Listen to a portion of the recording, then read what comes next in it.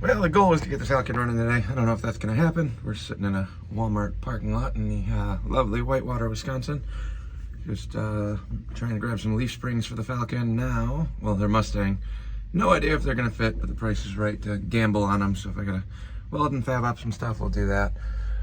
Truck's running all right, but weather sucks. Wipers on this are usable, but not that good. So made for an interesting trip up. 70, 75 miles an hour the whole way. See what happens. Well, I made it back home after the long rainy thunderstorm drive, but got the new leaf springs. I don't know. I don't even know if they're going to fit. We're going to find that out a little bit later. I'm not doing that today. But price was right. And the ones on the Falcon, these are 1, 2, 3, 4, 5 leaves. 4 and then a short one.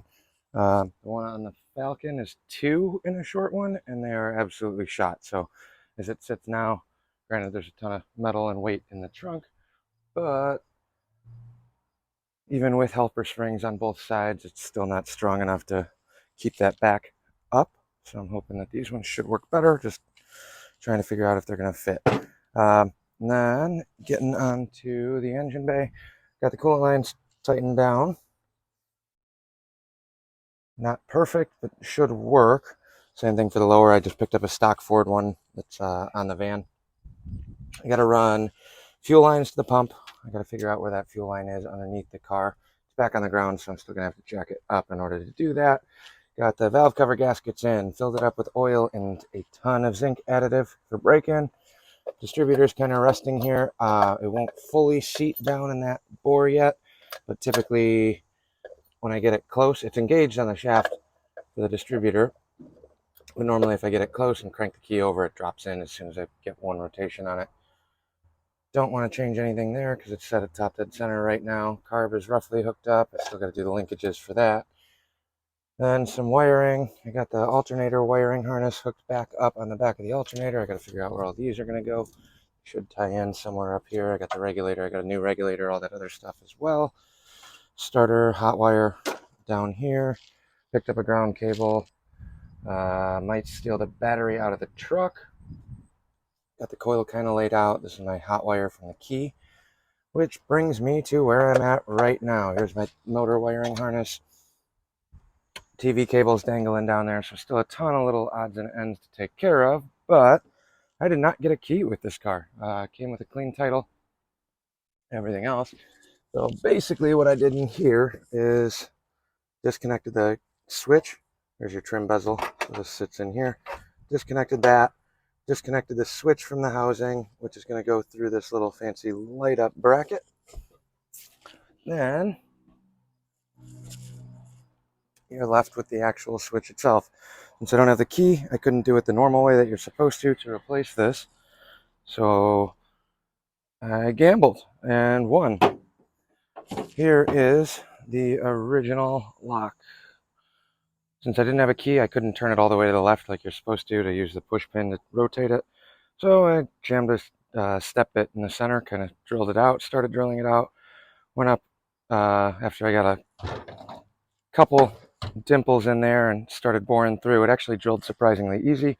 Then I just kept going up on sizes on the drill bit. This one grabbed, the whole thing turned, and the whole mechanism slid out like it's supposed to. So here's the original switch. If this doesn't work for whatever reason, I've never had power hooked up to this yet, so I don't know. If it doesn't work, then I will drop in the key switch and we will test it out with a battery. If it doesn't work, I'll have to replace it with a new switch unit, which isn't that big of a deal because I do have brand new keys and lock cylinders down there. All right, so back onto the lock cylinder. I found a extra piece of looped safety wire that I had laying around. I didn't record the process for taking this switch out.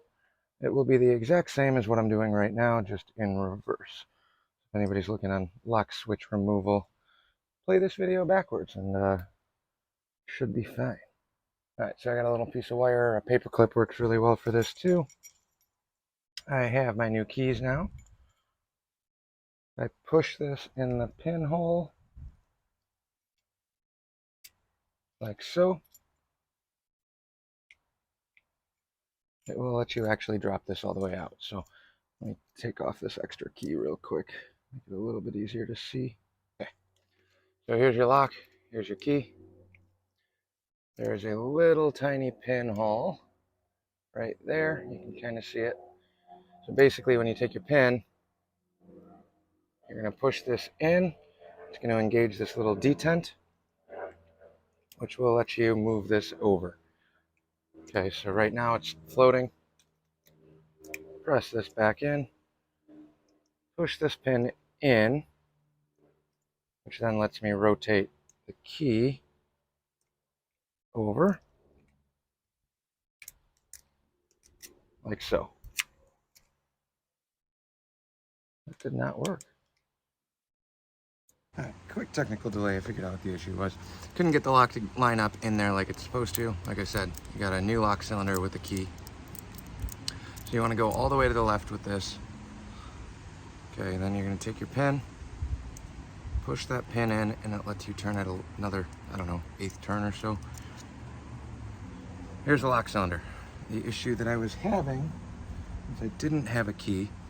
If I used a key to get this out, it would be fine, but it wasn't in the correct position. So if you take a look, hopefully you guys can see that, on the inside, there's a plastic slotted section at the very bottom there. Put a flathead in there, click it all the way over to the left, make sure it's where it's supposed to be. So now, I got it all the way over to the left. It's pretty much locked right there like so. And you have your tumbler. This is your alignment section. This only goes in one way. You can't do it backwards or anything. So this will now go into here. Detents in like that. You hear it click. Before it wouldn't click because this keyway wasn't engaging on the plastic housing. So jam this in here like so. Seats in there. Rotate it to the right. 1, 2, all the way over. Snaps back like it's supposed to. Key comes out. Lock stays in. Key in. Accessory position still works. Locks the key in. Key off. Key comes out. And then we get momentary clicking back like it's supposed to. So in theory, this should work provided this switch is good. I never tested it, so we'll find out here in a minute. All right, so we're back in the car. Got this big chunk of wires down here. This is what's going to clip into the ignition switch, like so. That's all hooked up. Looks like this has been patched or repaired at one point or another. And this is the tedious part that you guys aren't fully going to be able to see, but this is going to go through the hole. This trim ring is going to go over it and tighten down. And on the back side, we have this kind of lit up section here. Provide a little bit of illumination. I don't know if any of that actually works, so we'll find that out when we put power to it.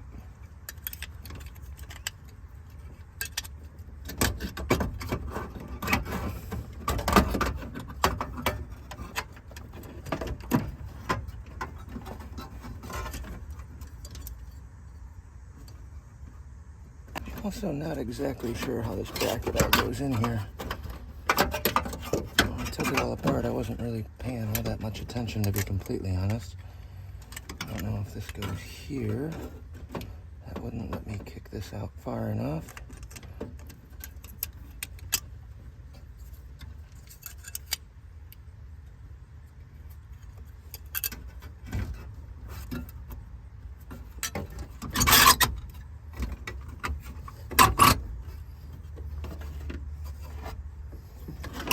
I think this lamp might actually be for the ashtray.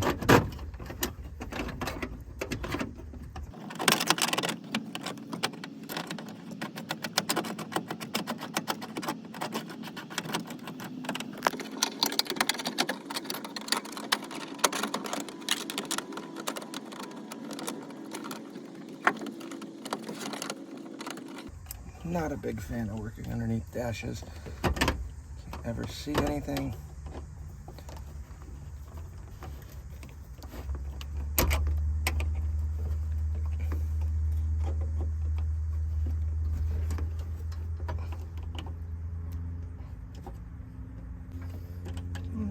feel about that one? It seems a little far in.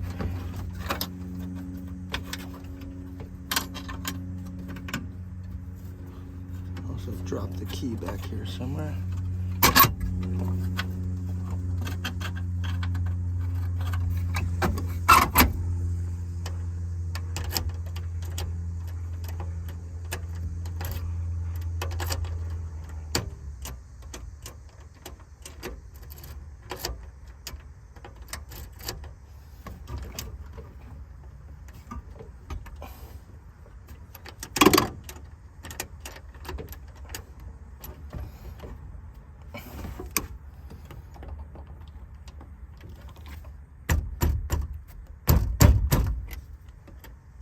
Yeah.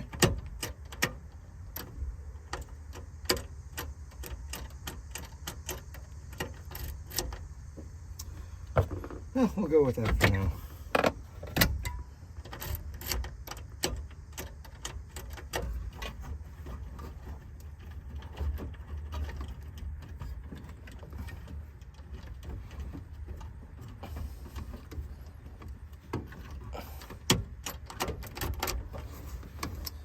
Either way, it looks a little far in to me,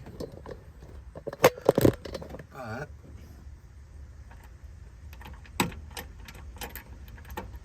seems like it should work.